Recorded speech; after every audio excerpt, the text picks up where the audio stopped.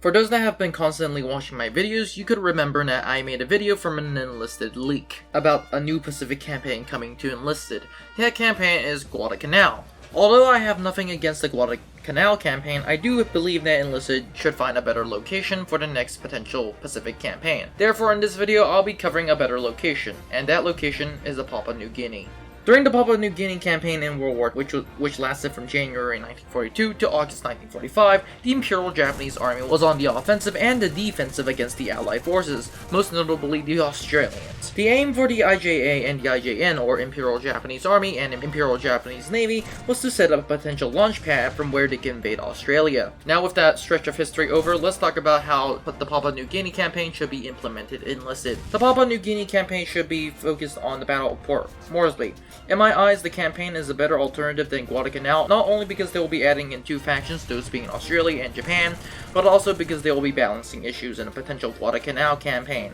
For one, adding the new factions is a really big deal because as of right now, we already have the Americans in two campaigns, and for those who haven't figured out by now, I'm a big proponent of more factions the better, and which means the more factions, the more players equals the more money, and the more money, we don't have to get another Stalingrad campaign.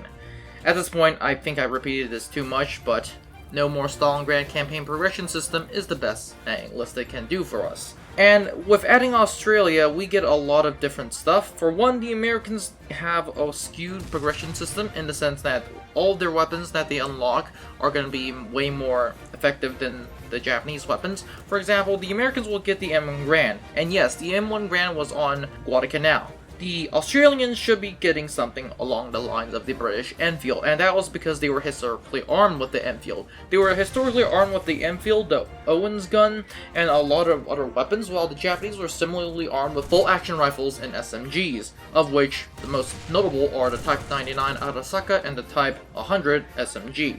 Honestly, both factions should be pretty balanced in a Port Moresby or Papua New Guinea campaign, and that is pretty good. And speaking of Port Moresby, every time I talk about the Papua New Guinea campaign with a focus on Port Moresby, we have to realize that Papua New Guinea is massive, and when I mean massive, I mean a lot of massive stuff. Port Moresby is one of the deadliest sites during the entire campaign, and that is not even counting the fact that during the entire campaign, there was a lot of different fighting and sporadic fighting, especially in the jungle. Therefore, in the Port Moresby campaign, I would like to see a lot of diverse terrain. For example, one map can be fully jungle, one map can be urban, half jungle, and one map can be urban, one map can be beach landings, and one map can be literally somewhat hill fighting. Honestly, the developers are going to have a heyday in Papua New Guinea, and they are not as restricted as Guadalcanal.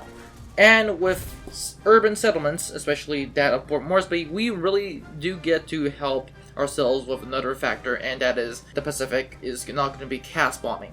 For those that are wondering, Guadalcanal is mainly flat, especially if you count places like Ferguson Field and Harrison Airfield. It is going to be extremely flat, and Papua New Guinea is hopefully not going to be flat. At least when you bomb the area, you can't really see because of the jungles. So Papua New Guinea is going to be a lot better in terms of cover, at least in terms of cover against planes.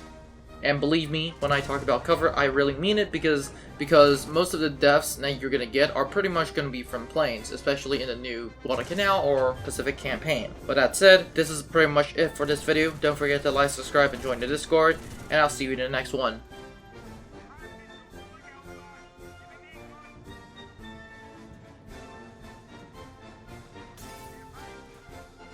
Now before you leave, I would like to thank you very much for watching this video.